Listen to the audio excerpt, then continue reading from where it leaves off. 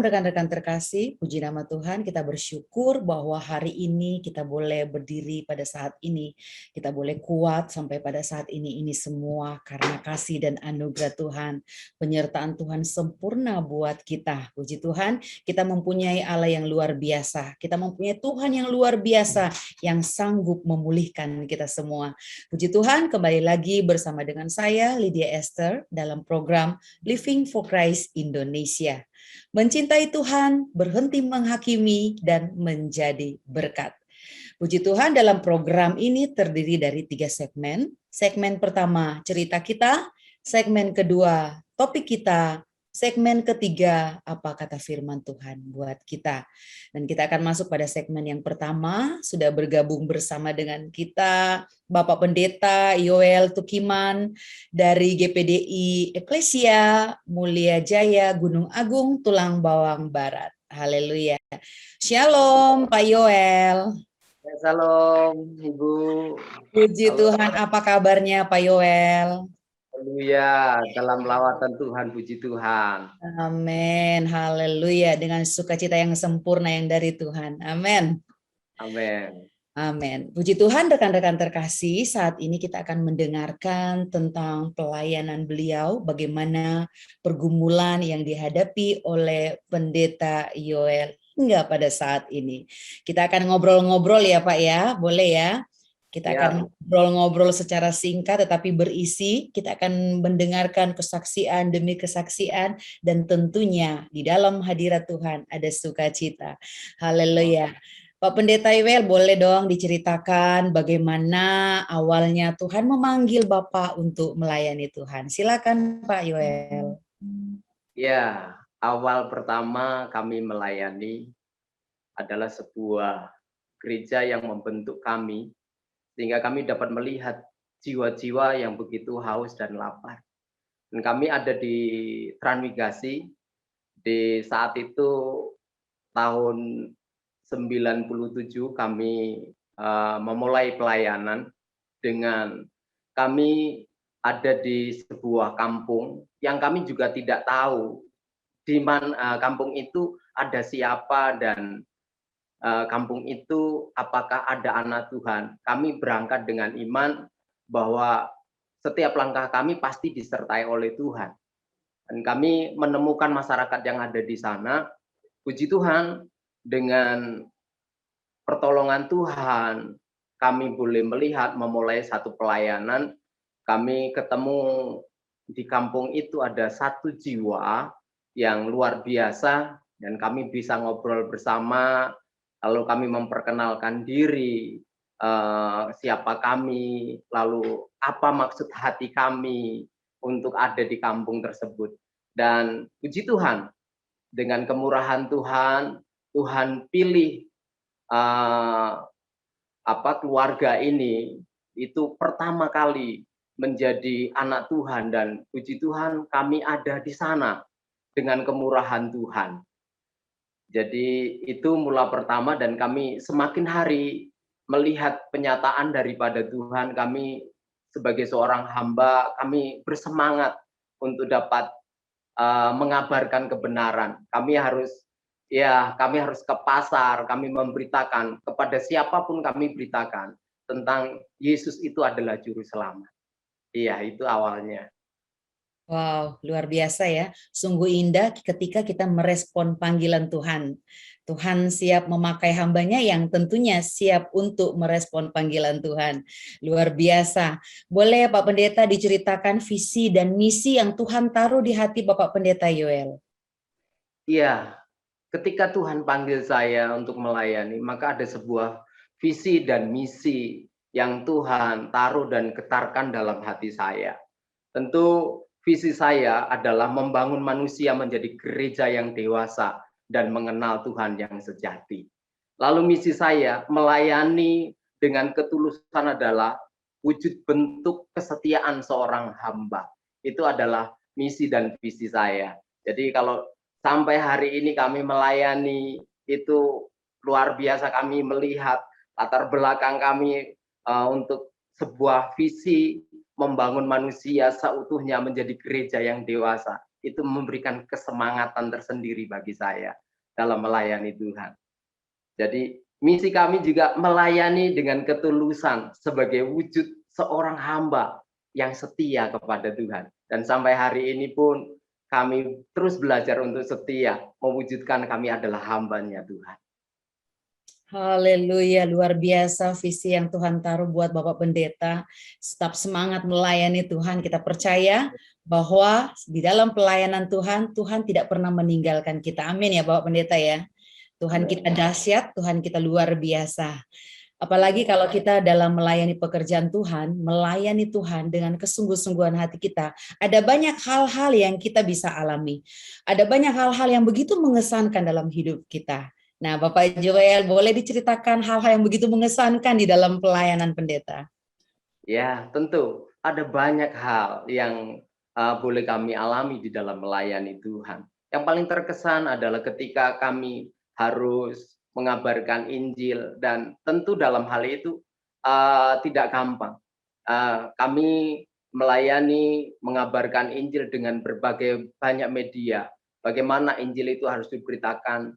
Maaf, saya pernah sebagai seorang hamba Tuhan membawa namanya alat yang harus bisa diterima atau boleh diterima dengan masyarakat. Dan ketika ada masyarakat yang duduk, kami bisa nimbrung di sana. Dan kami bawa tas.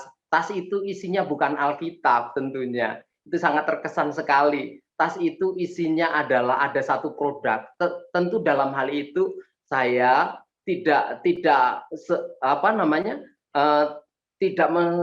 memberikan produk itu sesungguhnya, tetapi dengan produk itu kami diterima untuk ngobrol bersama. Dan ketika kami ngobrol bersama, kami lupakan produk itu, kami memberitakan tentang firman. Dan di sana yang paling terkesan rupanya ada di sudut-sudut, di mana di kampung lingkungan ini pada saat itu ada orang-orang yang benar-benar belum percaya atau belum mengenal daripada Tuhan.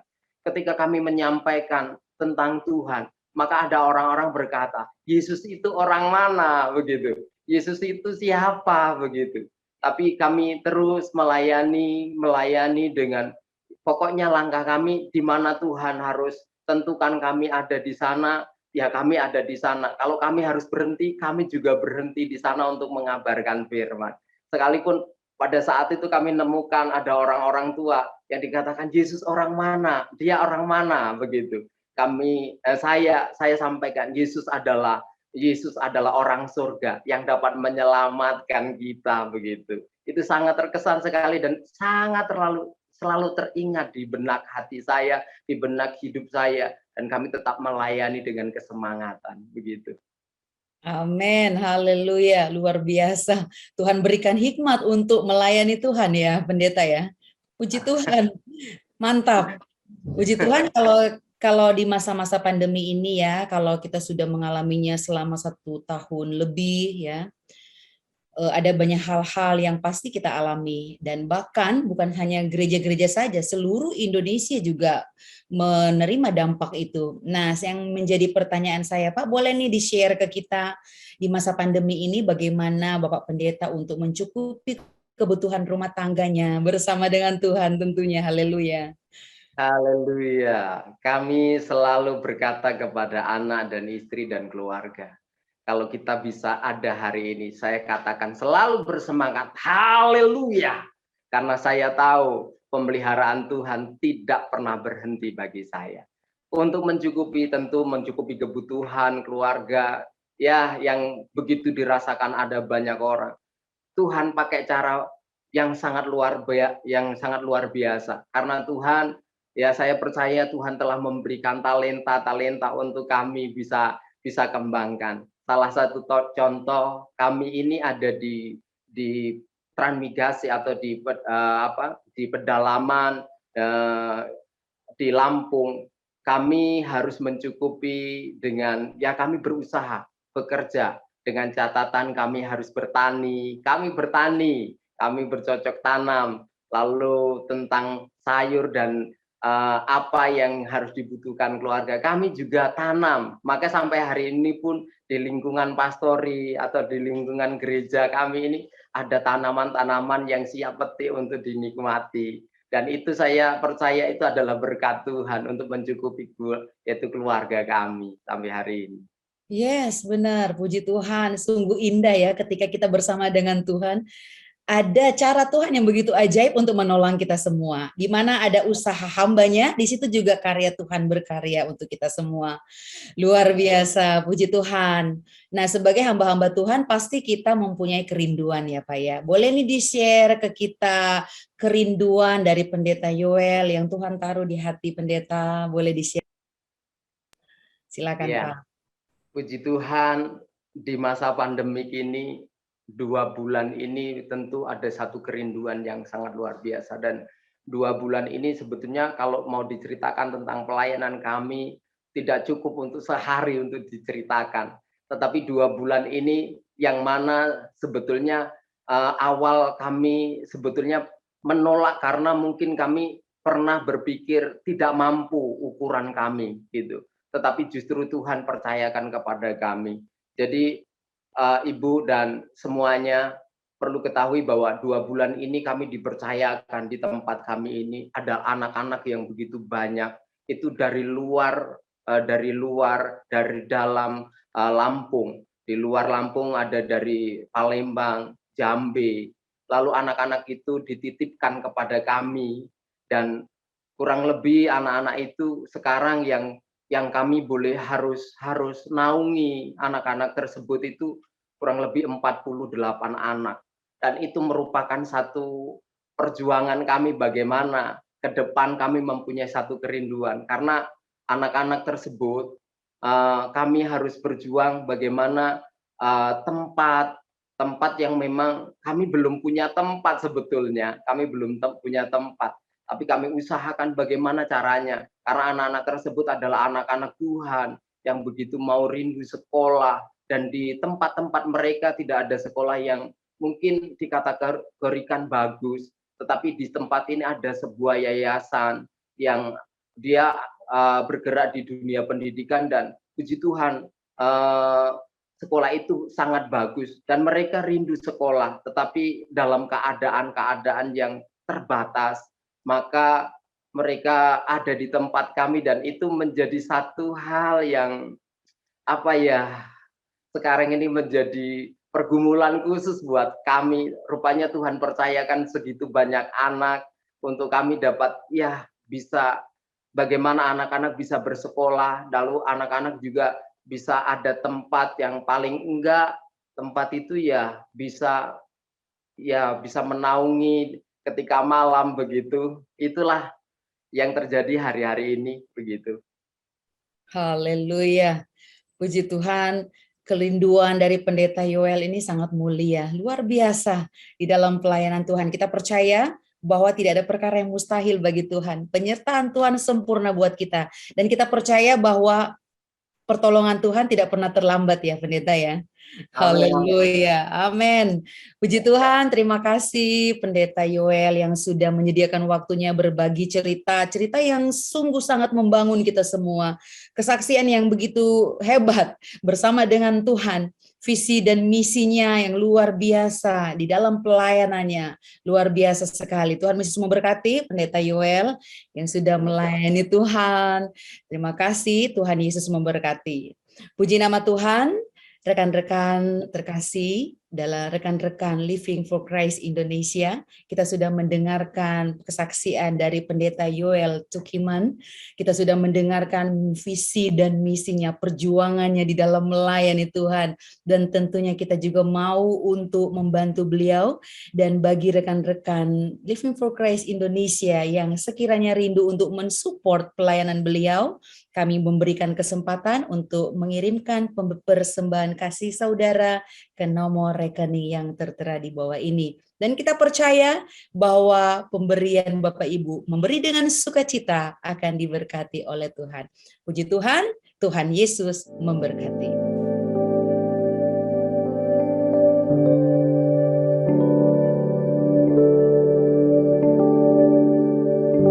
Shalom semua. Puji nama Tuhan, bertemu lagi dengan saya Eri Aryani pada segmen topik kita di dalam program Living for Christ Indonesia. Kali ini kita akan membahas tentang sebuah topik yang tentunya seru, yaitu mimbar sekuler. Kelihatannya bakal seru, kenapa? Karena istilah ini masih sangat asing di kuping kita. Nah, kalau menurut Kamus Bahasa Indonesia, Kamus Besar Bahasa Indonesia itu mengatakan bahwa sekuler artinya adalah sesuatu yang bersifat duniawi atau kebendaan, bukan bersifat keagamaan atau kerohanian. Nah, apakah ada perbedaan mimbar gereja yang notabene rohani dengan mimbar sekuler yang di luar gereja? Nah, di masa pandemi COVID-19 ini, tentunya mimbar gereja sekarang ini jarang dipakai. Kenapa? Karena kita semua ibadah online, tidak ada di dalam gereja. Nah, apakah gereja-gereja dianggap sedang memakai mimbar sekulerkah? Padahal di firman Tuhan katakan, 2 Timotius 4 ayat 2 mengatakan, beritakanlah firman, siap sedialah, baik atau tidak baik waktunya, nyatakanlah apa yang salah, tegurlah dan nasihatilah dengan segala kesabaran dan pengajaran. Jadi tentunya kita pengen tahu jawabannya lebih lagi tentang hal mimbar sekuler. Yuk kita ikuti saja interaktif kali ini bersama dengan seorang pastor yang luar biasa dipakai oleh Tuhan. Dan malam hari ini, Living for Christ Indonesia menghadirkan seorang narasumber. Beliau adalah Pastor Dr. Julius Sumarli. Selamat malam, Pastor Julius. Shalom, Pastor. Shalom, Bu Eri. Shalom, apa kabar, Pastor? Baik, puji nama Tuhan. Semoga Bu Eri dan seluruh yang menyaksikan dalam kondisi baik dan terpelihara dalam kasih Tuhan. Amin. Amin. Haleluya. Silakan Pastor Julius, mungkin bisa memperkenalkan dirinya, kami persilakan. Oke, saya Julius Sumarli, saya seorang hamba Tuhan melayani di Gereja GBI Visi Pemulihan, dan hari-hari saya sebagai seorang dokter juga melayani di suatu tempat pelayanan bagi warga binaan pemasyarakatan yang ada di Jakarta. Puji Tuhan. Wah, luar biasa ya. Seorang dokter yang aktif melayani di sebuah lembaga pemasyarakatan dan juga seorang hamba Tuhan yang aktif melayani di mimbar gereja dan sekarang mimbar sekuler juga. Wah, berarti bersaksi di mana saja ya dokter ya. Amin, dokter ya. Amin. Amin. Saat jadi dokter juga memasukkan firman Tuhan juga ya ke pasien ya dokter. Ya. Puji Tuhan. Dan malam hari ini telah hadir juga 2 anak muda yang luar biasa dipakai oleh Tuhan juga. Nicholas Catra Prakoso. Shalom Nicholas. Shalom Pastor Eri, shalom. Apa kabar? Puji Tuhan baik. Puji Tuhan. Saya panggil Niko saja ya, biar boleh, lebih akrab. Oke. Nah, boleh dong kita tahu apa kegiatannya Niko selama ini, silakan. Ya, shalom saudara-saudari yang dikasihi Tuhan ya. Panggil aja Nicholas gitu. Saya kalau dari Senin sampai Jumat sibuk kerjanya di salah satu bank swasta. Teman-teman, kalau untuk pelayanan di hari Minggu saya ada pelayanan di salah satu gereja di Bekasi tepatnya. Itu sih Pastor kesibukan saya. Puji Tuhan. Thank you ya Niko. Thank you. Selamat datang, sudah hadir di tengah-tengah Zoom meeting kita. Nah, berikutnya adalah seorang wanita cantik yang dipakai Tuhan juga. Melda Hutauruk. Shalom Melda. Shalom Ibu. Apa kabar? Puji Tuhan baik. Baik. Silakan Melda, kita mau tahu kegiatan Melda sekarang ini. Ya, shalom semuanya. Perkenalkan, nama saya Melda Hutauruk. kegiatan sehari-hari, saya bekerja sebagai sekretaris gereja Sungai Yordan yang ada di Jakarta Pusat. Jadi sehari-harinya dari Senin sampai Jumat saya ngantor. Minggu baru ibadah. Puji Demikian. Tuhan. Puji Tuhan. Terima kasih Melda. Sama-sama, Bu. Tuhan berkati pelayanan Melda ya, luar biasa. Amin. Mari saudara, kita mulai saja, tidak membuang waktu. Kita ikuti bincang-bincang mereka bersama dengan Pastor Julius. Silakan Niko atau Melda yang mau mulai duluan, silakan bertanya-tanya kepada Pastor Julius. Saya persilakan.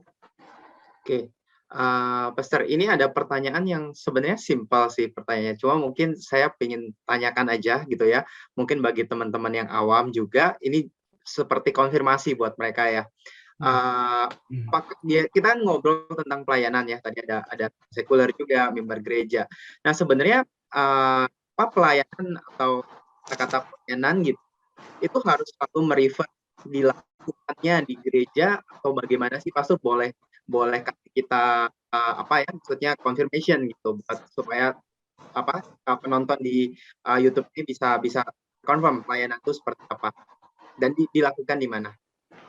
Oke, terima kasih Niko.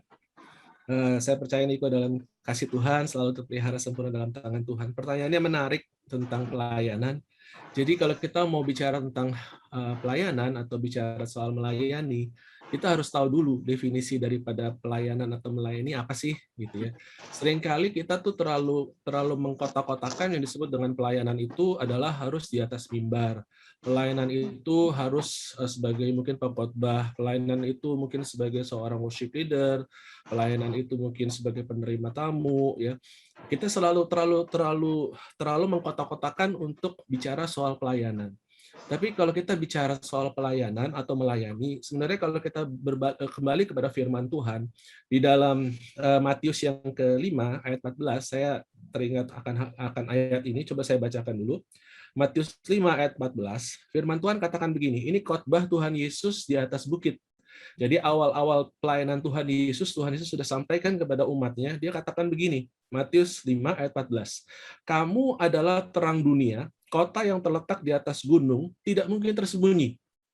Lagi pula orang tidak menyalakan pelita lalu meletakkannya di bawah gantang, melainkan di atas kaki dian sehingga menerangi semua orang dalam rumah itu. Demikianlah hendaknya terangmu bercahaya di depan orang supaya mereka melihat perbuatanmu yang baik dan memuliakan Bapamu yang di surga. Jadi kalau kita bicara melayani, Niko, yang harus kita sadar terlebih dahulu bahwa apa sih pelayanan itu? Kalau kita kembali kepada firman Tuhan, Tuhan sudah kasih kriteria melayani. Melayani itu adalah bagaimana kita menjadi terang bagi sesama kita. Bagaimana kita menjadi terang di atas gunung dikatakan, yang menerangi seluruh kota. Bahkan dikatakan bahwa kita menjadi garam dan memberi rasa buat sekeliling kita. Jadi kalau kita bicara melayani, inilah yang disebut dengan definisi dari pelayanan, bahwa seorang Kristen, seorang yang mengaku bahwa Yesus Kristus adalah Tuhan dalam hidupnya, dan waktu dia memberi diri buat Tuhan, dia dipanggil untuk melayani, disitulah sebenarnya dia harus menjadi garam dan terang. Firman Tuhan juga berkata di dalam Mazmur 113, saya mau coba ajak lihat Mazmur 113, Mazmur 113, ayatnya yang pertama. Ini mumpung lagi bisa buka Alkitab nih. Firman Tuhan katakan begini, Mazmur 113 ayat yang pertama, haleluya, kata Daud. Pujilah hai hamba-hamba Tuhan, pujilah nama Tuhan. Ayat yang kedua, kiranya nama Tuhan dimasyhurkan sekarang ini dan sampai selama-lamanya. Artinya apa? Bahwa Daud berkata, pujilah hai hamba-hamba Tuhan, pujilah nama Tuhan, kiranya nama Tuhan dimasyhurkan sekarang dan sampai selama-lamanya. Dari ayat ini kita percaya bahwa setiap orang yang mengaku nama Tuhan, ya, setiap orang yang mengaku nama Tuhan, setiap orang memuji nama Tuhan, itu adalah hamba-hamba Tuhan. Nah, hamba-hamba Tuhan itu punya tugas tadi untuk apa? Jadi garam dan terang bagi dunia. Jadi yang dikatakan hamba Tuhan itu bukan orang yang ada di atas mimbar, Niko. Orang yang jadi hamba Tuhan itu bukannya hanya pendeta, Niko. Bukan yang jadi hamba Tuhan itu bukan orang yang berkhotbah, Niko. Niko juga dalam pelayanannya sebagai seorang pekerja gitu di suatu perusahaan, ya, sebagai pekerja di situ juga adalah yang mengaku Yesus adalah Tuhan dalam kehidupan Niko sebenarnya adalah hamba Tuhan. Begitu, ya. Melda juga tadi yang bekerja di yang saat ini sedang bekerja juga itu di tempatnya Melda itu juga adalah sebagai seorang hamba Tuhan karena Melda mengaku bahwa Yesus adalah Tuhan. Amin. Niko mengaku bahwa Yesus adalah Tuhan. Yesus memuji nama Tuhan, memuliakan nama Tuhan. Sehingga setiap orang yang memuliakan nama Tuhan, kita ini adalah hamba-hamba Tuhan. Dan tadi dikatakan bahwa tugas kita, panggilan kita itu menjadi garam dan terang bagi dunia. Garam dan terang menerangi setiap orang. Jadi kalau dikatakan tadi, Niko menyatakan bahwa apa sih pelayanan itu? Pelayanan itu adalah bagaimana Niko dan teman-teman sekalian itu bisa memberikan warna bagi sekeliling Niko. Niko misalnya di tempat pekerjaan Niko, bagaimana Niko bisa memberikan suatu warna yang berbeda bagi orang-orang yang ada di sekitar Niko. Bagaimana Niko bisa membawa terang Tuhan yang ada di bagi sekeliling Niko. Apa sih terang Tuhan itu? Kalau kita bicara tadi menjadi garam dan terang, kita bicara bagaimana bicara tentang melayani, kita bicara tentang bagaimana kita menjadi garam dan terang. Pertanyaannya apa sih terang itu gitu ya. Nah, terang itu bicara begini Niko. Satu kali ada seorang datang sama Tuhan Yesus dan bertanya, "Tuhan, hukum apa yang paling utama?" Lalu Yesus bilang begini, hukum yang paling utama itu ialah kasihilah Tuhan Allahmu dengan segenap hatimu, dengan segenap jiwamu, dan dengan segenap akal budimu, dan dengan segenap kekuatanmu. Dan yang kedua ialah tidak kalah pentingnya dengan itu ialah kasihilah sesama manusia seperti engkau mengasihi dirimu sendiri. Jadi kalau kita bicara apa sih terang itu? Terang itu ialah bagaimana kita menunjukkan kepada orang-orang di sekitar kita bahwa kita adalah orang-orang yang mengasihi Tuhan Yesus. Dengan segenap hati kita, dengan segenap jiwa kita, dengan segenap akal budi kita. Dan orang-orang di sekeliling kita harus tahu bahwa kita ini mengasihi mereka. Mereka harus bisa merasakan bagaimana kasih kita kepada mereka. Bagaimana Niko mengasihi teman sekerja Niko. Bagaimana Niko mengasihi orang tua Niko. Bagaimana Niko mengasihi teman-teman pelayanan Niko. Itulah sebenarnya bentuk pelayanan. Dan bagaimana mereka bisa merasakan dan melihat bagaimana Niko mengasihi Tuhan dengan segenap hati, dengan segenap jiwa, dengan segenap akal budi, dan dengan segenap kekuatannya. Disitulah bentuk, kalau itu dirasakan oleh orang-orang, itulah yang Tuhan Yesus katakan begini dalam Matius yang ke-11, ayat yang ke-28. Yesus berkata begini, "Wahai kamu yang letih lesu dan berat, datanglah kepadaku, maka kamu akan mendapatkan apa? Kelegaan."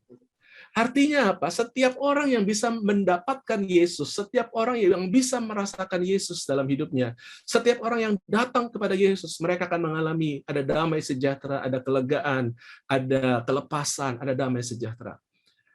Tanda kita sudah melayani Tuhan dalam hidup kita, Niko, adalah bagaimana orang-orang di sekeliling kita itu mengalami dampak dari kehadiran kita. Mereka mengalami ada sukacita dari kita. Mereka mengalami ada damai sejahtera yang mereka rasakan pada saat mereka menemukan Niko. Pada saat mereka ketemu dengan Niko, bagaimana kata-kata Niko pada mereka bisa menguatkan mereka. Bagaimana kata-kata Niko bisa memberikan penghiburan buat mereka.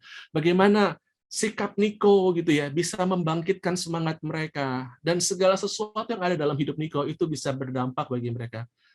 Itu yang saya dapat tentang melayani sebenarnya. Sehingga dengan begitu kita tidak mengkotak-kotakan bahwa pelayanan itu adalah harus selalu ada di atas mimbar. Sehingga Niko dimanapun Niko berada, gitu, disitulah Niko harus bisa menjadi seorang pelayan Tuhan. Yaitu apa? Orang yang membawa terang Tuhan, orang yang menjadi garam dan terang bagi sesamanya. Begitu Niko. Ya, jelas banget. Thank you Pastor atas pemaparannya, ayat-ayatnya ya. Berarti kalau saya boleh simpulkan untuk pelayanan ini sebenarnya ya kita nggak dibatasi gitu ya, mau profesi apapun di tempat apapun gitu ya. Betul. Yang menarik kita juga sebenarnya nggak harus dikhususkan, maksudnya dalam artian harus berbuat apa gitu, tapi jadi terang itu kita jadi apa ya, contoh yang hidup gitu ya buat teman-teman di sekitar kita, itu termasuk pelayanan dengan tapi dengan tentunya dengan tujuan yang memang kita memuliakan nama Tuhan gitu ya. Ya dengan berbagai hal, banyak mungkin ya caranya. Nah, tapi kalau tadi ada kata-kata salah satunya dengan kekuatan gitu ya. Berarti kalau saya boleh satu confirmation lagi gitu dari Pastor Julius, kekuatan ini berarti something yang kita harus usahakan gitu ya, Pastor ya? Yes. Jadi saya senang sekali apa yang disampaikan oleh Niko tadi, kesimpulan yang Niko dapatkan gitu. Dan bicara soal bagaimana kita kekuatan kita untuk mengasihi Tuhan. Tadi kan kita bicara firman Tuhan kata mengasihi Tuhan dengan segenap kekuatan. Itu artinya adalah bagaimana Niko dengan seluruh kekuatan Niko atau dengan seluruh eksistensi Niko, tujuan hidup Niko itu bukan lagi bagaimana untuk menyenangkan diri, bukan lagi bagaimana tujuannya tentang untuk diri kita. Tapi tujuan kehidupan Niko, tuh kekuatan Niko yang Tuhan yang ada dalam kehidupan Niko itu adalah bagaimana untuk Niko bisa menjadi berkat bagi sesama. Dan saya mau katakan itu seringkali orang nggak gampang untuk melakukan itu. Kenapa? Kalau kita mau mengasihi orang atau kita mau menunjukkan bahwa kita adalah garam dan terang atau kita mau menunjukkan bahwa kita begitu mengasihi Tuhan dalam hidup kita, seringkali kita harus bayar harga, Niko. Gitu, kita bayar harga. Misalnya kita nih baru dari di rumah gitu ya, kesel gitu ya, kita misalnya marah atau mungkin kita berantem sama pacar kita atau misalnya kita baru dimarahin sama mama gitu ya, terus gitu kemudian kita sampai ke kantor dan kemudian kita mulai akhirnya marah-marahin orang yang dari sekitar kita gitu kan, ke bawah-bawah perasaannya gitu.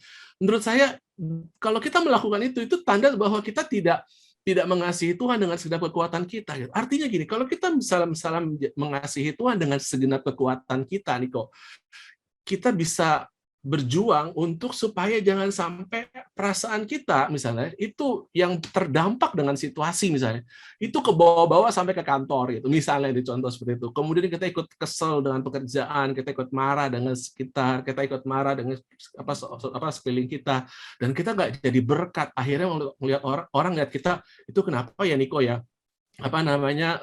kok hari ini beda banget ya gitu ya, nggak seperti biasanya ya, terus kemudian kok dia begitu sih, saya baru ngomong satu patah kata nih kok udah marah sama saya misalnya seperti itu kan nggak jadi berkat juga gitu.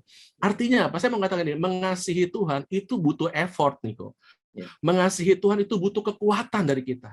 Kekuatan itu bicara juga tentang bagaimana kita pengorbanan gitu loh, kekuatan untuk berkorban, baik itu korban perasaan, baik itu korban materi, baik itu korban tenaga gitu ya. Kita seringkali berkata saya mengasihi Tuhan, saya mengasihi Tuhan. Oh, saya mau dengan cara bagaimana? Dengan cara kita misalnya ikut Zoom pelayanan. Tapi di jam yang sama, misalnya ada pertandingan bola hari ini MU lawan siapa? Newcastle gitu kan. Dan kemudian hari ini Ronaldo debut gitu kan. Ronaldo turun gitu. Wah, saya tuh penggemar Ronaldo, saya itu misalnya penggemar MU gitu ya. Dan saya harus milih nih, saya mau pelayanan atau saya mau nonton bola gitu kan. Saya mau nonton pertandingan MU. Nah gitu ya. Nah, kalau kita mengasihi Tuhan dengan segenap kekuatan kita Niko, saya percaya kita akan pilih untuk melayani Tuhan, untuk ikut ibadah melalui Zoom ini gitu ya. Dibandingkan misalnya kita harus merelakan Zoom kita gitu ya untuk nonton bola misalnya. Gitu. Seringkali juga terjadi waktu zaman kita masih pelayanan di gereja gitu ya. Kita bicara bahwa kita mau mengasihi Tuhan dengan segenap kekuatan kita. Tapi pada saat kita mau datang ibadah gitu ya, mau pergi ibadah, terus kemudian tiba-tiba hujan, aduh kayaknya males ya gitu ya untuk ibadah gitu. Nah, kalau kita seperti itu, bagaimana kita bisa dikatakan kita mengasihi Tuhan dengan segenap kekuatan kita? Jadi orang yang mengasihi Tuhan dengan segenap kekuatannya itu bicara bahwa bagaimana dia seluruh keadaannya, seluruh keberadaannya itu hanya itu tertuju kepada Tuhan. Dia tidak terdistract dengan semua keadaan situasi hatinya, perasaannya, kondisinya gitu ya, atau kesenangannya. Dia tidak terdistract dengan semuanya itu. Fokusnya hanya satu, bahwa hidupnya ini hanya untuk kemuliaan nama Tuhan. Hidupnya hanya dipakai untuk memuliakan nama Tuhan Yesus. Suatu kali ada seorang hamba Tuhan, dia namanya Yesaya. Tuhan datang kepadanya dan Tuhan tunjukkan keadaan bangsa Israel saat itu kepadanya. Dan segala keburukan bangsa itu saat itu ditujukan kepada Yesaya. Dan Tuhan berkata, siapa yang mau aku utus untuk melayani? Yesaya berkata, ini aku Tuhan, utuslah aku. Dan pada saat sejak dia berkata begitu, hidupnya berubah.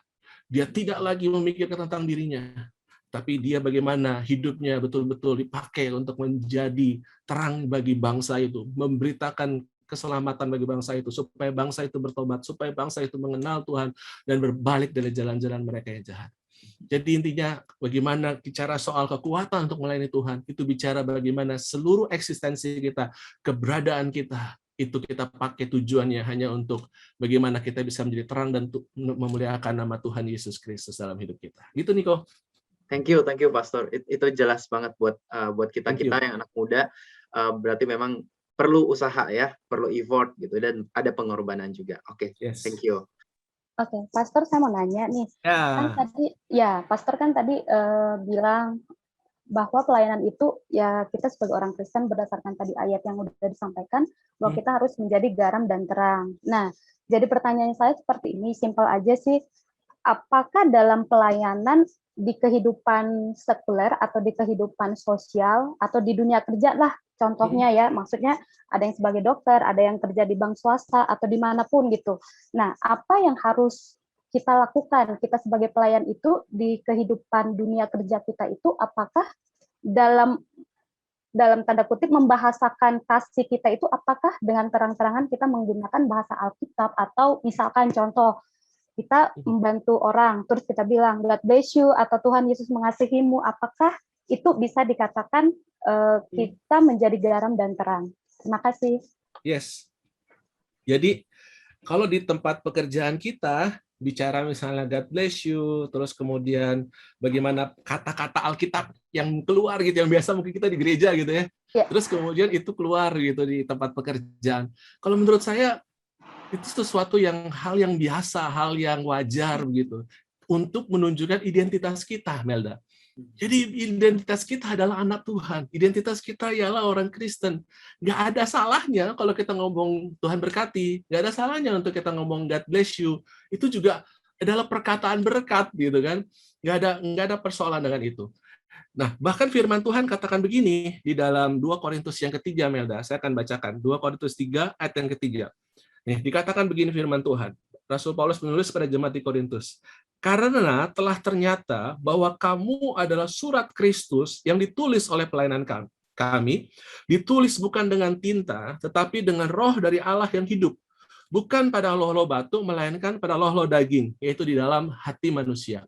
Jadi Melda, kalau Rasul Paulus mengatakan berjemaat di Korintus bahwa tubuhmu itu, bahwa kamu adalah suratan Kristus yang terbuka yang dapat dibaca oleh semua orang. Entah itu di gereja, entah itu di luar gereja, entah itu kamu di tempat pekerjaan, entah itu kamu di rumah ataupun dimanapun. Kamu adalah suratan Kristus yang terbuka yang dapat dibaca oleh semua orang. Nah, bicara soal suratan Kristus, apa sih? Suratan Kristus itu adalah bicara tentang jati diri kita di dalam Tuhan. Jati diri kita yang tadi saya katakan mengasihi Tuhan dengan segenap hati kita, dengan segenap kekuatan akal budi kita. Jati diri kita yang mengasihi sesama kita manusia seperti kita mengasihi diri sendiri. Itu harus nampak, dan itu wajib nampak, itu menjadi identitas kita. Dan dalam kehidupan kita yang mengasihi Tuhan, dalam kehidupan kita yang mencintai Tuhan, dalam kehidupan kita yang segenap hati kita mengasihi dan mencintai Tuhan, perkataan-perkataan Tuhan berkati, kemudian perkataan-perkataan yang mungkin perkataan-perkataan yang God bless you dan sebagainya, itu sah-sah aja, nggak ada masalah dengan itu, begitu. Dan saya rasa orang-orang luar juga hari-hari ini juga mereka sangat welcome dengan hal-hal seperti itu. Kalau kita mau jujur, kita melihat seringkali ada pejabat-pejabat publik pun begitu, yang notabene mereka betul-betul mengasihi Tuhan. Bahasa-bahasanya kita lihat beda gitu kan. Mungkin nggak bahasa firman Tuhan gitu ya. Nggak, Alkitab mengatakan begini gitu. Enggak, tapi kita melihat bahwa semua perkataan-perkataan yang diucapkan itu perkataan-perkataan dari firman Tuhan sebenarnya gitu. Jadi kenapa begitu? Karena itu sebenarnya identitas kita sebagai orang Kristen. Sama seperti agama-agama lain juga, mereka punya identitasnya sendiri. Jadi Melda, kalau misalnya di tempat kerja, terus kemudian Melda bilang misalnya ada orang yang datang sama Melda dan kemudian ngasih sesuatu, atau misalnya habis mengerjakan sesuatu dan Melda bilang Tuhan berkati ya, justru itu menurut saya kita sedang membagikan blessing kepada orang banyak, dan sah-sah aja.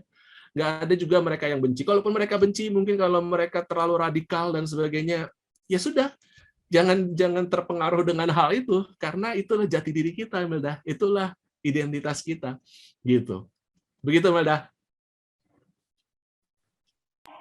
Terima kasih, Pastor. Berarti yang saya tanggap itu berarti kalau misalkan bahasa ininya seperti berintegritas ya. Maksudnya apa?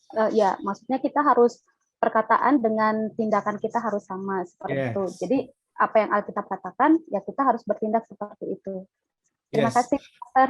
Bahkan firman Tuhan katakan begini, Melda. Apa namanya di dalam Kolose dikatakan begini, kalau kamu di tengah-tengah orang Yahudi berlaku seperti orang Yahudi, kalau kamu di tengah-tengah orang Yunani berlaku seperti orang Yunani gitu. Artinya kita bisa ngeblend dengan mereka dengan jati diri kita gitu. Bukan artinya kita ikut-ikutan apa namanya tengah-tengah mereka misalnya orang-orang Yahudi terus kemudian kita jadi ikut-ikutan Yahudi juga, bukan. Tapi maksud kita adalah bahwa kita ngeblend dengan mereka dengan karakter Kristusnya tadi gitu. Itu yang mungkin saya tambahkan sedikit, Melda. Ya, cukup jelas. Makasih, Pastor. Yes. Ya, Pastor Julius, ini ya, Niko. Sambung lagi ya dari yang tadi di depan gitu ya. Kan tadi kita terakhir kita bahas tentang ada kekuatan gitu ya, maksudnya dengan kekuatan berarti ada effort. Nah sebenarnya ini kayak saya banyak kalau di kerjaan banyak melihat angka gitu ya, hitung-hitung gitu ya. Nah kalau di pelayanan kan tadi kita ada simple example gitu ya, kayak misalkan kita ngelewatin pertandingan bola dari tim yang kita suka, favorite kita, dengan effort yang lebih besar, yang misalkan kita harus preaching misalkan street preaching, atau misalkan kita punya anak-anak didik, atau yang kita reach out anak-anak kecil yang memang tidak punya kemampuan secara finansial, itu kan ada effort yang lebih. Nah sebenarnya di mata Tuhan, Pastor, secara dari apa yang kita sudah curahkan itu nilainya itu ada dibeda-bedakan atau enggak gitu, maksudnya kan dengan effort yang kecil sama effort yang besar itu penilaian Tuhan gimana. Bahkan mungkin pertanyaan yang lebih generalnya sebenarnya kalau seperti yang di awal gitu ya, pelayanan di mimbar atau pelayanan di gereja dibandingkan dengan pelayanan di lingkungan sosial kita di pekerjaan gitu, itu sebenarnya ada perbedaan nggak ya nilai pelayanan kita di mata Tuhan itu, Pastor? Oke, jadi kalau misalnya kita bicara tentang upahnya gitu ya, kita bicara kalau misalnya kita melayani di atas mimbar, atau misalnya kita pelayanan di luar untuk anak-anak atau apa dan sebagainya gitu kan, apakah kita di mata Tuhan tuh mana yang lebih berharga gitu ya? Apakah preaching lebih berharga daripada misalnya kita melayani anak-anak yang ada di luar begitu kan? Mungkin pertanyaan seperti itu. Jadi kalau menurut saya kalau kita bicara upah, yang memberi upah itu adalah Tuhan. Tuhanlah yang memberikan upah, dan masing-masing upah itu di mata Tuhan adalah sama. Jadi dalam arti gini, firman satu kali ada perumpamaan berkata begini, ada orang yang diberikan 2 talenta, ada orang yang diberikan 5 talenta. Seorang yang diberikan 2 talenta mengerjakan talentanya, dan dia dapat 5 talenta. Artinya apa? Itu upahnya dia. Ada seorang yang mengerjakan 10 talenta, itu dia mendapatkan upahnya juga. Tapi ada orang yang mengubur gitu kan talenta yang dia miliki. Talenta itu bicara bagaimana dia melaksanakan tugasnya dia. Jadi kalau kita bicara upah, Tuhan itu yang memberi upah.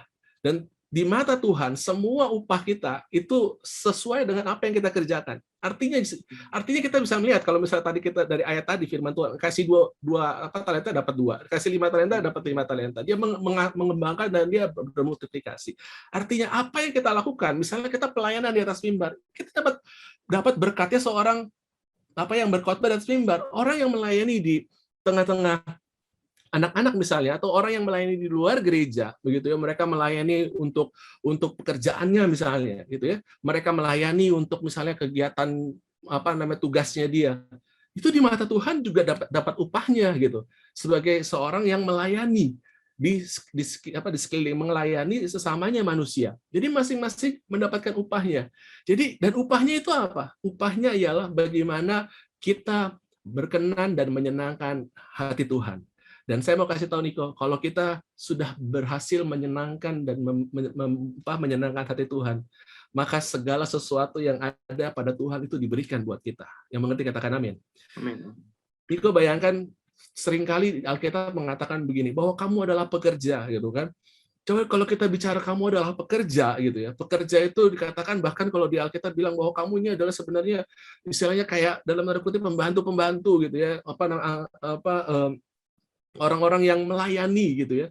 Dikatakan seperti itu di hadapan Tuhan. Dan kalau kita sudah menyenangkan majikannya, kita sudah menyenangkan dengan tugas yang diberikan kepada kita dan kita sudah melakukannya, maka majikannya, tuannya itu disenangkan. Dan kalau tuannya sudah disenangkan, saya percaya bahwa segala sesuatu yang ada pada Tuhan itu menjadi bagian kita. Segala sesuatu yang ada pada Tuhan itu dinikmati dan dimiliki oleh Niko juga. Apa bagian yang ada pada Tuhan?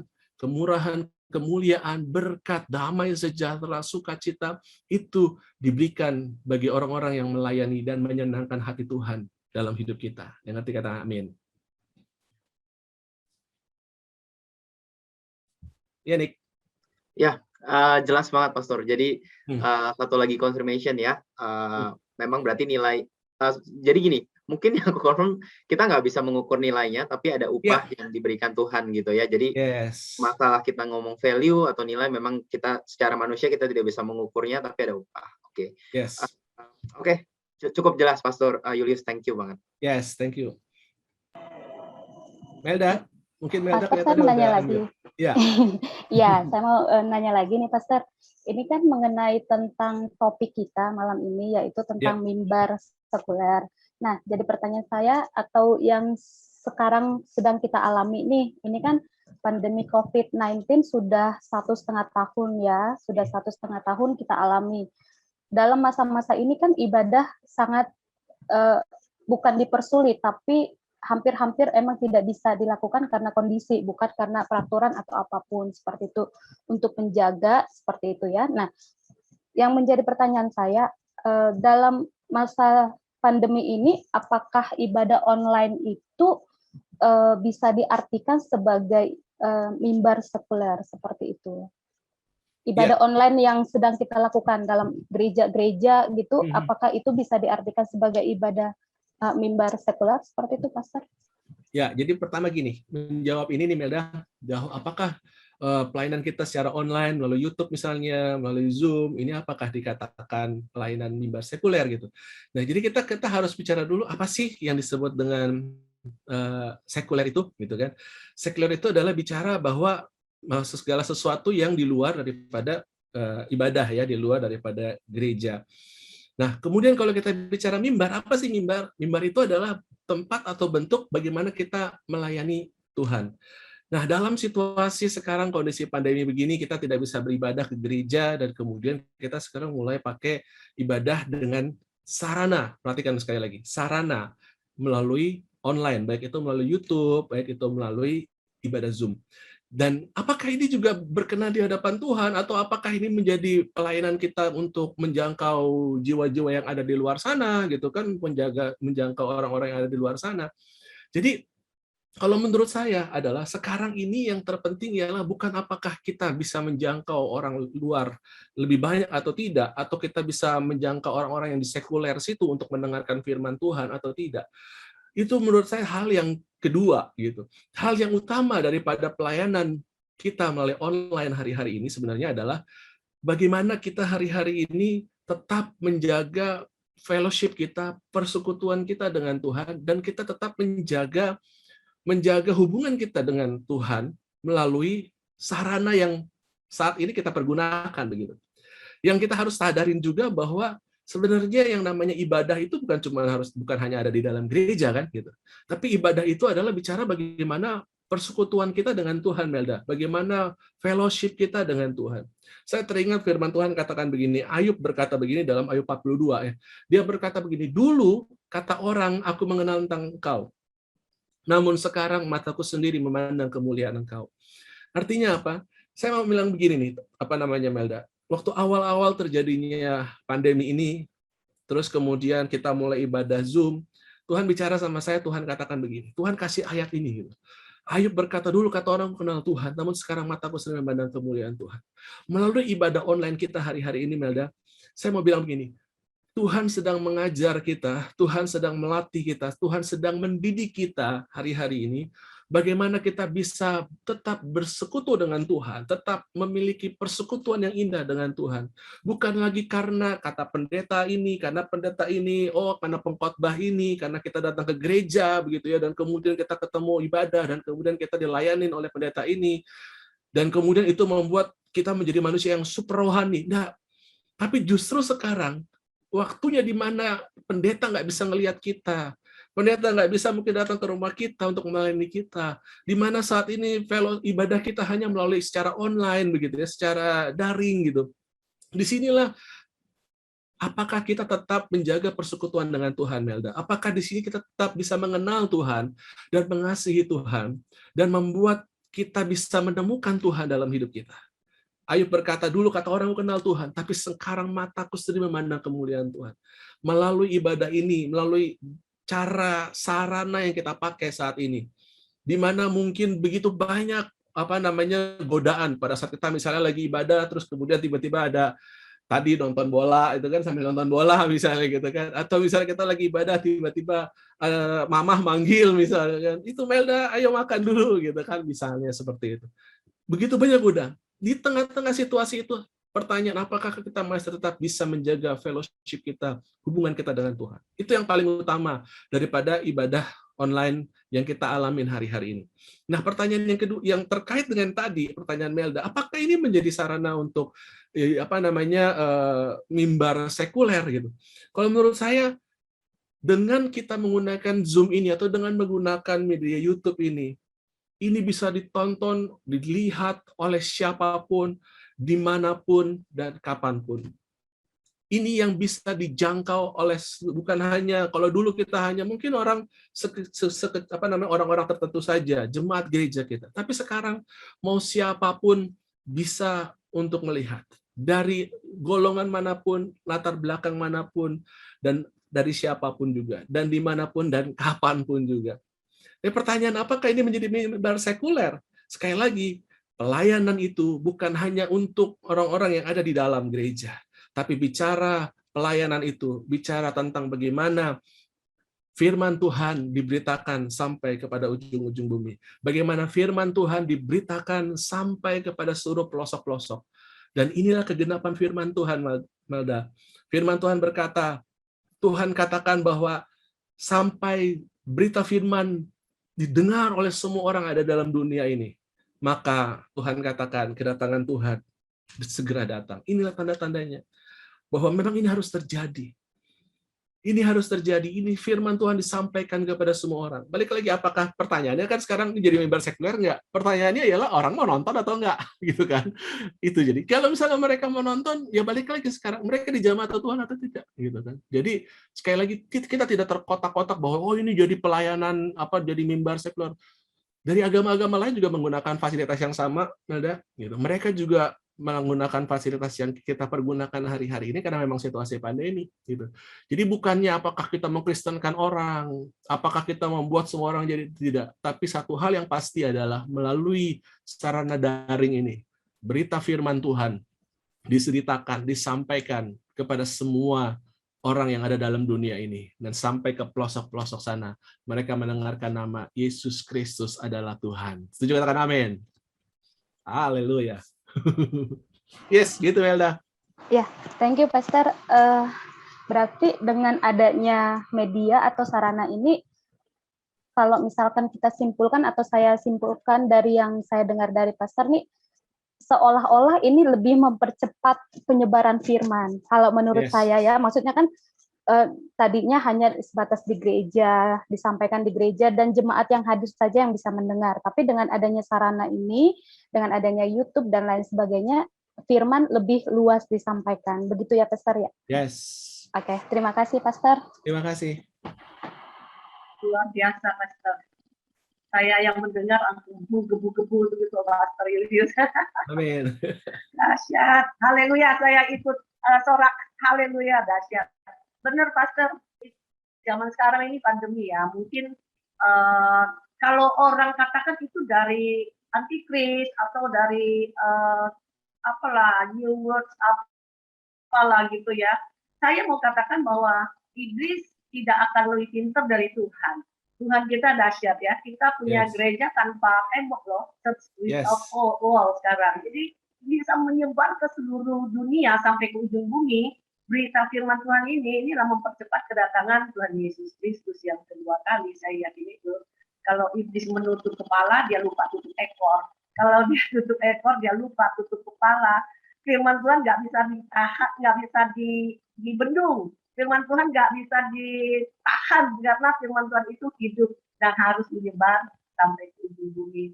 Saya banyak dapat itu dari Pastor Julius, dahsyat sekali, Amin. luar biasa. Haleluya. Silakan dilanjut Niko. Oke. Satu pertanyaan lagi, Pastor, dari saya. Oke. Gitu ya. Kita lanjutin tentang upah gitu. Tadi Oh, iya. ada cerita tentang upah.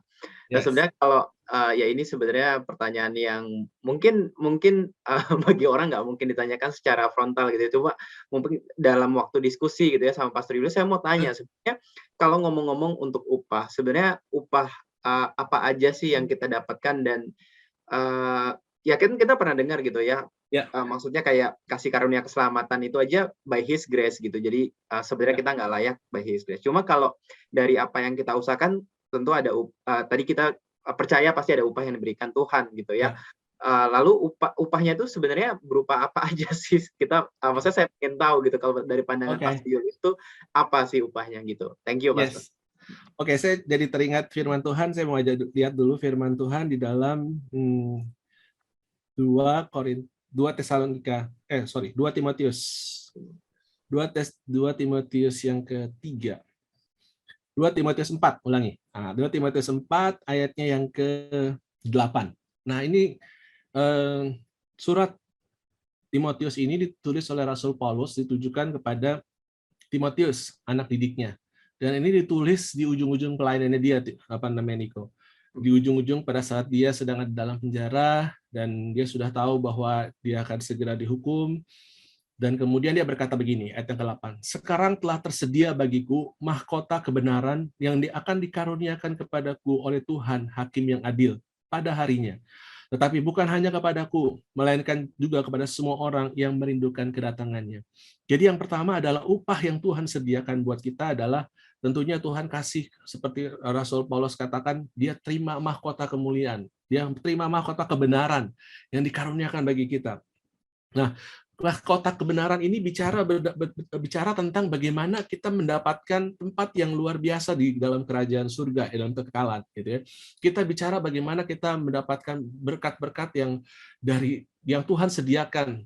Firman Tuhan katakan, aku pergi ke surga menyediakan tempat bagimu.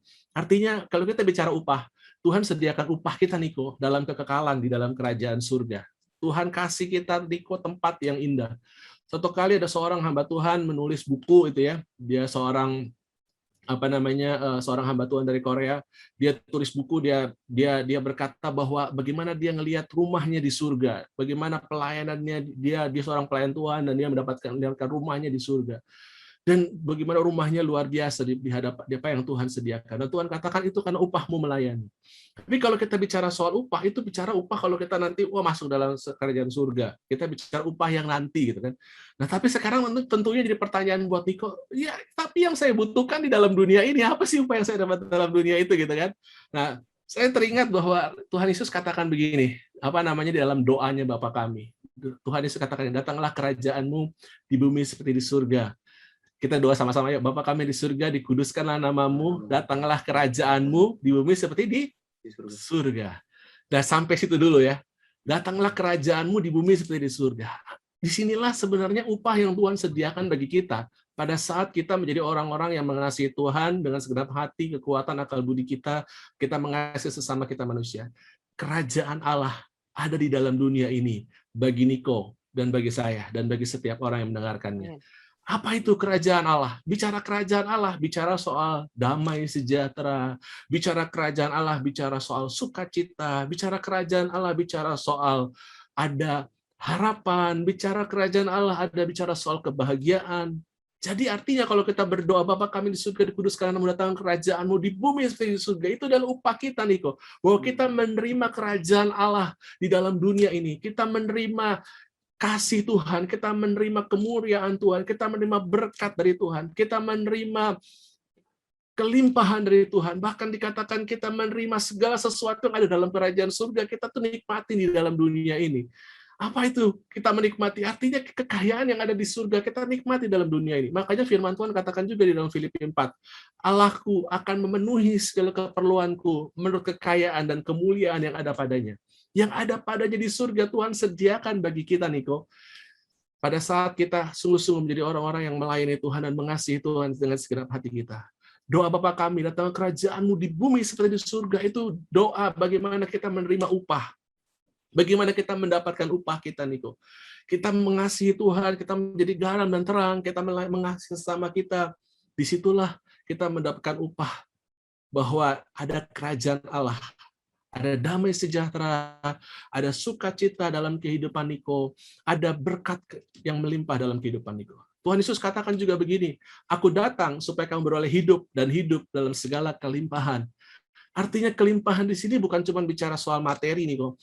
Bicara kelimpahan di sini bukan cuma bicara bahwa kalau saya melayani Tuhan pasti saya jadi orang kaya raya deh, kalah tuh Bill Gates gitu kan, nggak gitu juga gitu.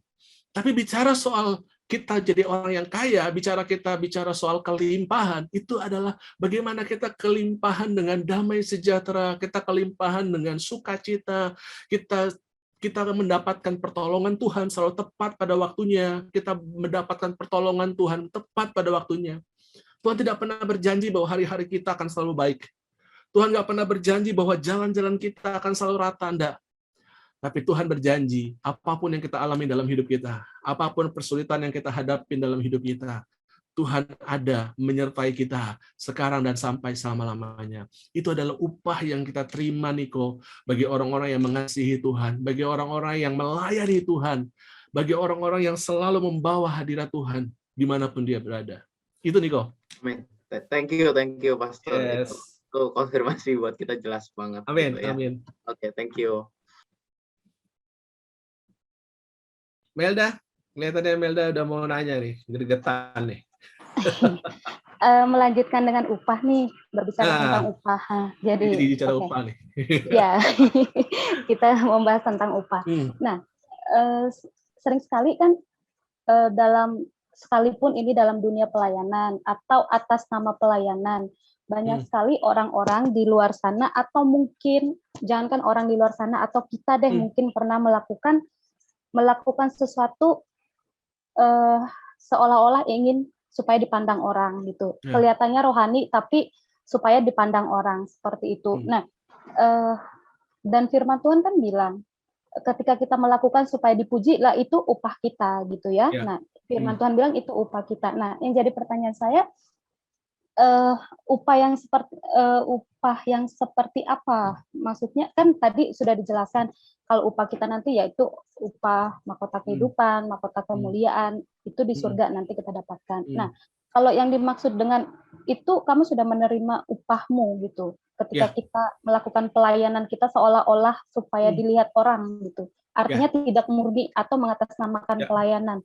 Yang dimaksud dengan seperti itu apa ya, Pastor? Oke, makasih Melda. Nah, ini jadi pertanyaan yang menarik sekali sebenarnya. Jadi seringkali banyak orang yang sudah melayani gitu ya, terus kemudian dia pelayanannya itu tadi saya bilang terlalu sempit gitu kan. Pelayanannya itu tujuannya misalnya karena untuk uang, pelayanan misalnya untuk supaya dipuji orang, pelayanannya misalnya supaya dia dihormatin orang gitu ya. Pelayanan dia melayani kelihatan rohani, tapi supaya ujung-ujungnya mau pinjam duit gitu ya. Banyak terjadi gitu, Mel. Saya ketemu banyak orang gitu, ya. Kelihatannya rohani, kelihatannya baik gitu ya. Kelihatannya wah benar-benar tulus gitu ya, kelihatannya kudus gitu. Tapi ujung-ujungnya ternyata dia ada kawannya cerita, "Pak, saya ditipu sama dia," gitu kan. Dia pinjam uang nggak balik-balikin gitu. Bahkan ada orang gitu ya, juga udah katanya pelayan terkenal begitu ya, sudah melayani. Tapi ternyata ujung-ujungnya cuman ngejar materi gitu kan, artinya dia mau pelayanan tapi minta istilahnya dikasih fasilitas dan sebagainya. Itu banyak terjadi. Memang pertanyaan Melda tadi pertanyaan yang boleh dikata sangat sangat manusiawi dan itu terjadi gitu. Nah, balik lagi Melda, firman Tuhan katakan begini. Di dalam Matius yang ke-7 dikatakan dari buahnya lah kamu akan melihat apakah itu pelayanan yang berkenan, apakah itu seorang hamba yang baik atau seorang yang mengasihi Tuhan atau tidak. Di dalam Matius 7 dikatakan dari buahnya kamu tahu Kalau buahnya asam, mas, berarti pohon buahnya itu nggak baik gitu kan. Pohonnya itu tidak baik. Tapi kalau buahnya itu manis, buahnya itu bagus, baik, pohonnya itu baik. Apa sih buah itu? Buah itu bicara tentang bagaimana karakter kita buat sesama, bagaimana tadi bentuk pelayanan kita, kemurnian kita, ketulusan kita dalam melayani. Apakah kita melayani cuman mengejar uang? Apakah kita melayani cuman mengejar misalnya materi, ketenaran misalnya? Kita melayani untuk mengejar orang hormat sama kita, kita melayani untuk supaya kita kelihatan orang yang baik-baik. Itu dari buahnya lah kita akan kelihatan. Kalau misalnya kita buahnya, misalnya kita pelayanan ngejarnya uang, itu buahnya berarti nggak baik gitu. Artinya dia di situ dikatakan dia sudah mendapatkan upahnya di situ di dalam dunia. Dia sudah terima nih upahnya. Oke, dia kejar uang, ya dia dapat uang misalnya. Tapi dia tidak dapat kekekalan di hadapan Tuhan. Karena ingat, Tuhan katakan begini, Tuhan melihat hati kita, Tuhan menyelidiki hati kita. Dan pada hari penghakiman, sekalipun kita sudah melayani Tuhan, Tuhan melihat hati kita. Apakah pelayanan kita berkenan atau tidak di hadapan Tuhan. Ingat firman Tuhan berkata dalam Matius 7. Ini saya pengen bacain Matius 7. Ini penting. Mohon izin ya, saya bacain Matius 7. Matius 7 dari ayat yang ke-20. Dari ayat yang ke-21. Ya. Firman Tuhan katakan gini, Malda. Bukan setiap orang yang berseru kepadaku, Tuhan, Tuhan, akan masuk ke dalam kerajaan surga, melainkan dia yang melakukan kehendak Bapa-Ku di surga. Pada hari terakhir banyak orang akan berseru kepadaku, Tuhan, Tuhan, bukankah kami bernubuat demi namamu, dan mengusir setan demi namamu, dan mengadakan banyak mujizat demi namamu juga? Pada waktu itulah aku akan berterus terang kepada mereka dan berkata, aku tidak pernah mengenal kamu, enyahlah daripadaku kamu sekalian pembuat kejahatan. Saya setiap kali baca ayat ini ngeri, Mada. Kenapa? Karena firman Tuhan katakan begini, bukan orang yang berseru kepadaku, Tuhan, Tuhan masuk dalam kerajaan surga. Artinya bukan semua orang yang katanya, oh saya ngomongin Tuhan gitu. Itu masuk ke dalam kerajaan surga. Enggak. Bukan, bahkan dikatakan lebih dalam lagi, dikatakan begini, pada hari terakhir banyak orang berseru, Tuhan, bukankah kami udah bernubuat demi namamu dan mengusir setan demi namamu? Artinya apa? Dia udah melayani Tuhan nih. Dia udah mungkin di atas mimbar nih. Mungkin dia sudah penginjilan kemana-mana nih. Wah, mungkin dia sudah followernya banyak nih, gitu ya. Dia sudah mengadakan banyak mujizat-mujizat bahkan. Tapi Tuhan katakan begini, pada waktu itulah aku akan berterus terang kepada mereka dan berkata, aku tidak pernah mengenal kamu, enyah daripadaku, kamu sekalian pembuat kejahatan. Wow, ini ngeri banget Malda kalau kita baca ayat ini. Karena apa? Bukan setiap orang yang kelihatannya udah melayani, seorang yang kelihatannya udah hebat, itu bakal masuk ke dalam kerajaan surga, akan mendapatkan upahnya di surga, gitu loh. Mungkin dia udah terima upahnya nih, dia dipuji, dia dapat uang, dia dapat berkat, begitu ya, dia dapat istilahnya kemuliaan dari manusia, begitu. Tapi dia tidak dapat upahnya masuk dalam kerajaan surga. Firman Tuhan katakan dalam Roma yang kedua, coba kita buka ya, Roma 2. Ini Roma 2. Ayatnya yang ke-16.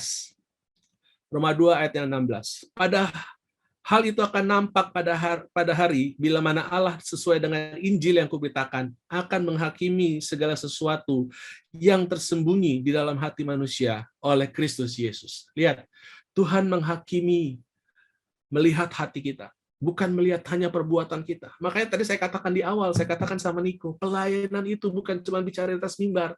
Pelayanan itu bukan cuma kelihatan bahwa oh sudah berkhotbah atau baca atau menjadi worship leader. Nah, tapi pelayanan itu bicara bagaimana kita menjadi garam dan terang, bagaimana kita mengasihi sesama kita manusia seperti mengasihi diri kita sendiri. Bagaimana kita menunjukkan bahwa kita mengasihi Tuhan dengan segenap hati, akal budi, kekuatan kita. Bagaimana kecintaan kita sama Tuhan, effort kita sama Tuhan. Itu yang menentukan apakah hati kita berkenan di hadapan Tuhan atau tidak. Tuhan yang menghakimi hati kita, Melda. Tuhan yang melihat hati kita. Mungkin kita bisa nipu sesama kita. Kita bisa nipu orang-orang di sekitar kita dengan label kita melayani. Dengan label kelihatannya rohani. Dengan label kita kelihatannya baik-baik. Dengan label kita kelihatannya, wah, ngomongnya haleluya, haleluya terus. Ngomongnya kelihatannya God bless you terus. Tapi ternyata kita belum punya karakter Kristus. Kecintaan kita sama Tuhan belum ditunjukkan melalui perbuatan kita. Kita belum menjadi orang-orang yang betul-betul mengasihi Tuhan dalam hidup kita. Tuhan yang melihat segala sesuatu, Tuhan yang menyelidiki segala sesuatu. Dan saya bersyukur dengan pertanyaan Melda ini, karena ini betul-betul semakin melengkapi apa yang disampaikan malam hari ini. Bahwa kita bicara melayani, bicara bagaimana kita menjadi garam dan terang bagi sesama kita, dan bagaimana kita mengasihi sesama kita, dan bagaimana segala sesuatu yang kita lakukan itu dinilai oleh Tuhan. Apakah kita melakukannya dengan segenap hati kita?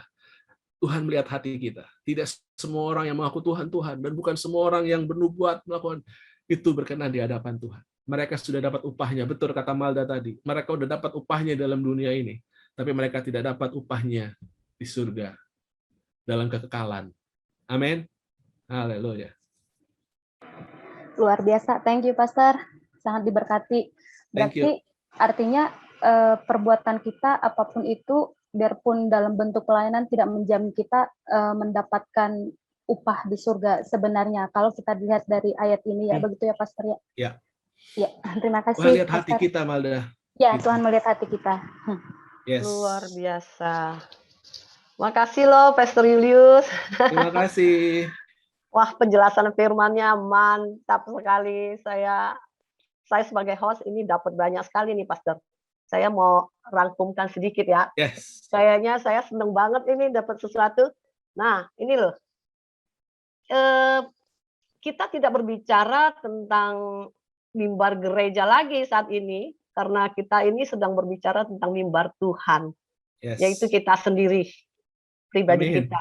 Betul, Kita adalah bait Allah. Ya, bait Allah yang hidup, yang kudus, dan yang berkenan. Itulah tubuh kita. Dan itu harus kudus. Jadi artinya kita ini harus kuduskan Kristus dalam hati kita sebagai Tuhan. Dan membawa hadirat Tuhan dimanapun kita berada. Bukan bicara soal tempat atau waktu. Ya, kita katakan bahwa sekarang adalah church without wall. Jadi tidak ada tembok lagi bagi kita. Kita adalah gereja Tuhan yang seperti Pastor Julius sekali menyampaikan firman sampai ke ujung bumi loh, Pastor. Bukan hanya orang gereja pemulihan saja yang mendengarkan Pastor ya. Dan kita diminta untuk menjadi garam dan terang. Itulah mimbar Tuhan. Dan sebagai surat Kristus yang terbuka, yang ditulis oleh Roh Allah. Nah, sekarang ini sepertinya mimbar gereja ini disingkirkan dari kehidupan kegiatan rohani kita saat ini, ya. Seperti mimbar gereja ini sudah disingkirkan. Nah, sekarang apakah kita masih tetap bisa menjaga keintiman, hubungan yang erat dengan Tuhan, dan apakah kita masih bisa tetap mengasihi Tuhan? Nah, apakah kita masih bisa tetap terus berusaha, effort dengan segala seluruh eksistensi kita untuk tetap tertuju kepada Tuhan. Begitu ya, Pastor ya. Yes. Dan doa Bapa kami adalah upah bagi kita orang percaya sebagai anak-anak Tuhan. Oleh sebab itu kita panggil dia Bapa, adalah karunia berkat yang kita boleh nikmati di dunia ini yang diberikan dari surga. Haleluya. Dahsyat firman Tuhan malam hari ini.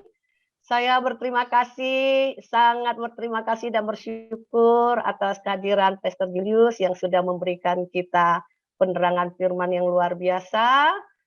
Tuhan Yesus memberkati Pastor. By the way, sebelum kita tutup, Pastor, ada pesan atau closing statement yang mau disampaikan kepada anak-anak muda Kristen. Silakan, Pastor. Yes. Sebelumnya terima kasih Niko, terima kasih Melda, terima kasih Bu Eri yang sudah memandu acara malam hari ini. Buat setiap penonton Living for Christ Indonesia, saya percaya bahwa inilah saatnya kita semua dipanggil untuk melayani Tuhan. Kita semua dipanggil untuk menjadi garam dan terang bagi sesama kita.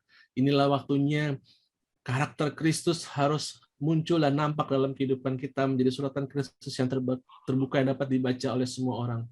Dan dimanapun kita berada, kita melayani Tuhan dengan segenap hati kita, seperti kita melayani sesama kita melayani seperti kita melayani Tuhan.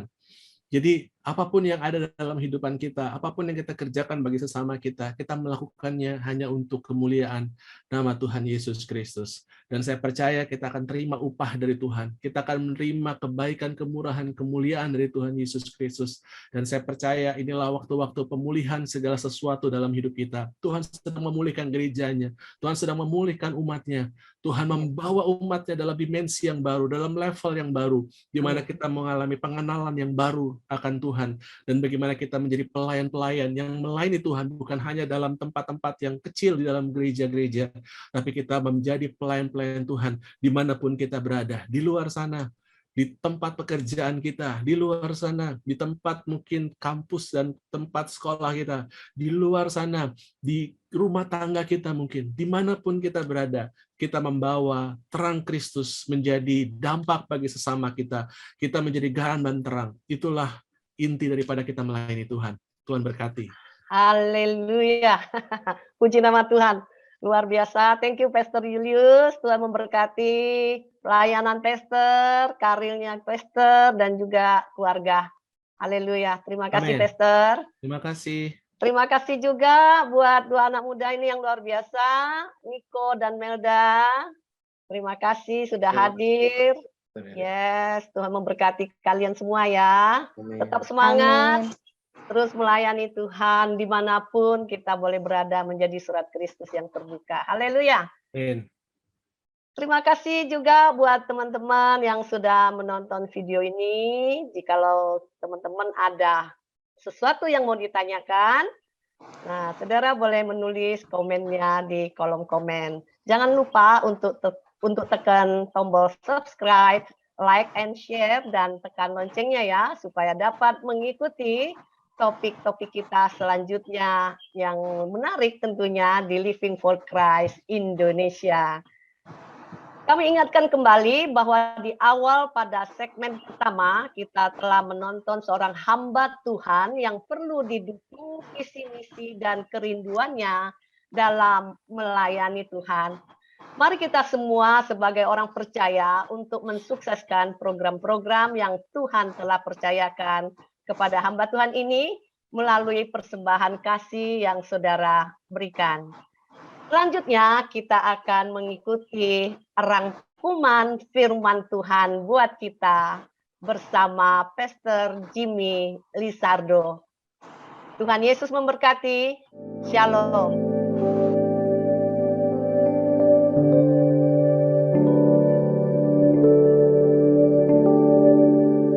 Shalom, rekan-rekan terkasih dalam Yesus Kristus. Tadi kita sudah mendengarkan topik yang cukup menarik tentang mimbar sekuler. Ya, yang saya pahami tentang mimbar sekuler adalah bagaimana kita menjadi saksi Kristus dimanapun kita berada. Ya, orang percaya adalah orang yang telah dipanggil Tuhan, ya, dari kegelapan, dari dosa kepada terang kasih Kristus. Nah, karena keselamatan yang sudah Tuhan berikan, maka orang percaya itu hidup dalam anugerah keselamatannya. Allah memanggil orang percaya bukan sekedar supaya umat menjadi kudus dan bisa menikmati berkat keselamatan yang Dia anugerahkan. Apalagi hanya sekedar menikmati yang namanya berkat-berkat yang sifatnya materialistis, seperti kekayaan, kesehatan, jabatan, dan lain-lain. Karena kalau hanya sebatas hal tersebut, maka orang fasik pun bisa memilikinya. Nah, hal terpenting yang harus kita pahami dan dilakoni oleh orang percaya adalah bahwa Tuhan memanggil mereka, ya, Tuhan memanggil kita dengan satu mandat khusus, yaitu untuk menjadikan kita sebagai saksi yang hidup bagi Kristus, menjadi saksi yang hidup bagi Allah yang hidup. Nah, Bapak Ibu, rekan-rekan terkasih dalam Yesus Kristus, kalau kita baca dalam Kisah Rasul 1 ayat 8, dikatakan bahwa tetapi kamu akan menerima Roh Kudus, tetapi kamu akan menerima kuasa kalau Roh Kudus turun ke atas kamu, dan kamu akan menjadi saksiku di Yerusalem, di seluruh Yudea dan Samaria, dan sampai ke ujung bumi. Rekan-rekan terkasih di dalam Yesus Kristus, ketika kita berbicara mimbar sekuler, kita berbicara tentang bagaimana kita menjadi saksi Kristus dimanapun kita berada. Jangan sampai terjadi pemisahan-pemisahan di dalam kehidupan kita. Kalau di gereja kita menjadi seorang yang rohani, tetapi di luar gereja kita menjadi seorang yang rohana. Jadi saksi Kristus itu artinya apa? Menghidupi apa yang Kristus lakukan. Menghidupi apa yang firman Tuhan katakan. Dan kemudian arti kata menghidupi atau itu adalah mengaplikasikan firman Tuhan itu dalam kehidupan kita. Rekan-rekan terkasih di dalam Yesus Kristus, menjadi saksi Kristus dimanapun kita berada, itu adalah mimbar kita. Menjadi saksi Kristus bukanlah dibatasi oleh pelayanan, seberapa banyak pelayanan Anda di gereja. Bukan. Tetapi menjadi saksi Kristus, menjadi mimbar-mimbar sekuler adalah mimbar-mimbar di mana hidup kita orang lain lihat. Hidup kita mencerminkan Kristus. Hidup kita, apapun yang kita kerjakan, kita lakukan, itu adalah untuk Kristus. Jadi semua kita memahami bahwa hidup kita harus menjadi saksinya. Hidup kita harus keluar yang namanya buah roh. Ya, dimanapun kita berada, kita tetap harus jadi saksinya. Itulah mimbar kita sebagai orang percaya. Tuhan Yesus memberkati kita semua.